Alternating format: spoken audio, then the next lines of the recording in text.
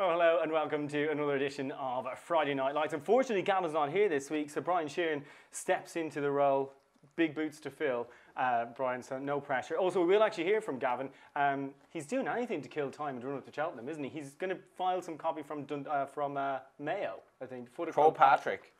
Gavin's life does revolve around Cheltenham, genuinely. Literally, his whole life revolves around putting bets into Cheltenham. This must be the longest month, even though it's technically the shortest month. It's the longest month for him. In the waiting room. Right, last week at Dundalk, we actually had a pretty decent week. Any highlights for you, Johnny? Nivo was supposed to start. Nivo on War Hero, and put them into a four-timer with London footballers and New York footballers. London only drew. So I watched War Hero at the Connacht rugby game on my phone. People thought it was a bit weird, but you know, they were wrong. Yeah, but I got another four-timer into Monaghan that actually is alive. I had Nivo, War Hero, and the Halford horse in the first to place, so they all did the job. So yeah, it wasn't too bad last week. Good stuff. Highlights for you, Brian? I actually didn't watch it live, and I didn't therefore have a live bet or anything. So just looking back in the highlights, I was happy to see Fergal Baran get another winner because having been up there most of the winter, he's a great character. Always loves his winners.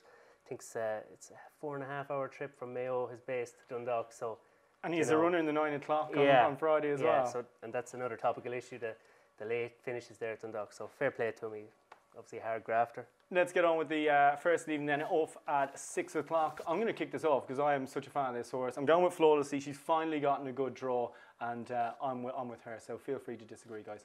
Took the words out of my mouth. Yeah, you know, they've been claiming off her the last few times. I think the addition of Ronan Whelan will only help now. I think she's drawn installed 2 this time. When I first looked at it, I was thinking Pillar, but you know, he's only 1 from 40. But yeah, I'd row in behind you there with Flawlessly. So I thought she was a filly that could actually kind of go up the handicap. After she won 2 starts. Quite leniently treated, so she'd be my pick as well. Johnny?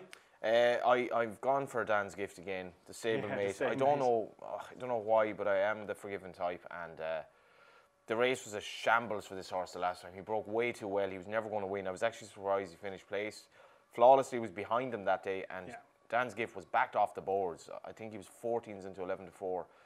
If he can get a lead, I mean, he's frustrating, but he will pop up one of these days, so he's narrowly preferred to his stablemate. Okay, Doug, well, speaking of frustrating horses, come to the 6:30. I'm changing this horse's name to Port Lambs, not Port Lions. But anyway, see what you did there. How forgiving are you? I've tipped him. Okay. Something has to win, you know.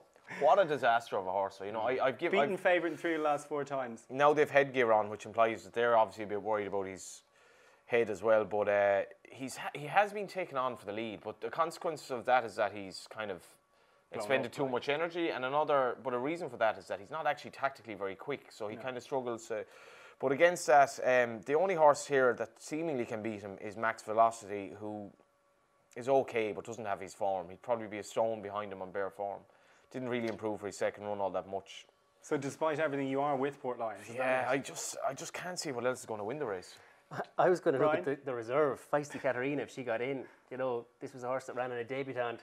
I know Brendan Duke is always You were just positive. hoping for a good post-race quote. That's all you were looking for here. Well, yeah, he is the master of it. But look, I'd be backing anything bar par. I'd be looking for something against Port Lions. You couldn't be in love with him. What odds will you give me? Well, he's going to be odds on, isn't he? Will he be odds on? Yeah. He probably will. Well, if you give me even money, I'd be tempted. We'll talk after. Yeah. Okie doke. That's cleared that up. Right, on to the handicap at 7 o'clock. Kind of fancy rummaging a little bit here. We're also trained by Mick Halford. You had a good quote about him, actually. You thought he could come back and find some of his old spark and bounce up in one of these, but you didn't even remember writing it. Yeah, well, look, he ran a good race the last day. I think it's his lowest ever mark now, 65. But Crescendo wasn't too far behind him, has won over the course and distance before, I think, when trained by Jim Bulger. I think I'd go with Gavin Cromwell's horse, Crescendo, against him. But he should be banged there, rummaging. Good stuff, Johnny. I think rummaging just found ways now that he's just not going to win anymore. He should have really been in the first 3 last week or whenever it was. I thought he was a shade disappointing. His first go to 0-65. My bet of the night here. Really, really fancy this each way. It'll probably be around 14 or 16 to 1. War Room. Won the race last year, right? Now you might say, oh, it's drawn 14, it can't win. the last 3 wins over a mile it's had at Dundalk, it was always drawn at least 10, if not higher. The draw won't bother the draw of 14, if it comes off the pace, isn't a bad thing over a mile. Massive eye catcher over 7 the last time over, which he's never run. Really, really like his claims, I have to say, and just hopefully he's a decent price. Good stuff. Right, on to the Fast 6 handicap at 7:30. Anything jumping off the page to hear? Yeah, from Johnny's best bet to my best bet, but it's a bit more of an obvious one. Master Speaker, he's only up £6 for that last win. And he, if anything, this race is just going to be set up for him. Joe, you've got Togaville, who's going to go back to the 6 furlongs, going to go out in front under Pat Smullen. Yeah, I just think Master Speaker, pick him up. I think he's still fairly well trained. I think you tipped up Master Speaker last time as well, didn't you? I think I tipped him up as a danger or something. I gave him a mention, but I can't really remember. I'm actually worried about what Brian's saying is a positive there. I'm not sure Togaville is going to go hard enough for him because Pat Smullen is brilliant at dictating the pace. And Master Speaker, he does need things to fall into place for him. But at the same time, I think I agree with Brian. He's only marginally up. And I think the changing of training just went to Aidan McGuinness, maybe did a lot of sea work with him or whatever he did with him. He's probably just needed a little bit of we all freshen up for a bit of time at the seaside. We do, and hopefully he can follow up. Yeah, he's my selection as well. Good stuff. Right, on to the mile and a half handicap then. One that kind of jumped off the page at me here was Financial Conduct, who's unpenalised that win the maiden last time out. Anything else for you guys? Wasn't in love with the way he did it the last day. He was probably entitled to win that maiden. Mankeen, you know, has won under this jockey before. His £10 claim will bring her into it. But political policy was fairly unlucky last week. It's all fair to say over the 2 miles. I just think under Pat Smullen, as you said, he's the genius. He should be able to get I think it's his 9th win he's searching for political policy around here. So I'd go with him. Good stuff. He is on a 25 or 26 That's the worrying losing thing. streak at I the actually track, thought he was a bit disappointing last week. You know, I just thought he was beaten a bit early for my liking. I'm with Zayfu. Doesn't really get 2 miles, I think, but travelled great in a claimer last time, and dropping back in trip will be no problem. He seems to have arrested a bit of a slide, so tentative selection. Yeah, absolutely right. On to the maiden. There's one here who, on pedigree, laps these, and that's Los Alamos. There's a Galileo half-brother to Montmartre who won the Grand Prix de Paris. So I'm definitely siding with Los Alamos on debut here on the flat. What do you fancy? Same as, yeah. Won a good ground bumper, should handle the surface. Nothing more to add. He should win it, I think. I went against him, even though it was tough between him. He actually ran a nice race over hurdles there during the week. He travelled grand, and I think he'll be fine over hurdles. But I went with Duke of Waspington, who has moved from Fozzie Stack to Pat Murphy, and did very little wrong last week last time in a moderate enough maiden. But I think he's probably progressing a little bit. Each way price, I can see him out of the 3. Good stuff. On to the last race then. I mentioned Virgil Baran. He is the top weight here in California, lads, a recent winner. Would you be with him or against him in this one? I don't know. Dennis Linehan must be suspended, is he? I'm guessing he's ridden his last 2 winners on him. The horse is he's a tricky ride. I think he's a small bit of a head case, likes to get on with things. So without Dennis Linehan, who knows him well, Ross Coakley is obviously a perfectly good rider, but I was just tempted to look elsewhere, and I was looking at Connick Hall and Trump Card. I'm just going to side with Trump Card because Conor Dwyer's stable coming into another bit of form recently. So. Yeah, good stuff. Johnny, lucky last for you? Park Row, doesn't mind at all coming off a break. He's a horse I followed because he was... he started off in bumpers, changed to the flat, and he's won a few races. He's no star. I'm surprised they haven't gone hurdling with him.